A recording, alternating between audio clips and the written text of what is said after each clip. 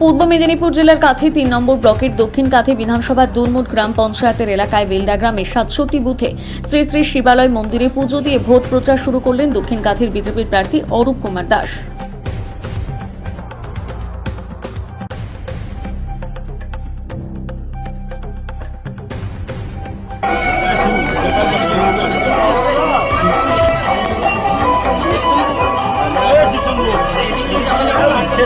একটু ব্যাক করে দাও।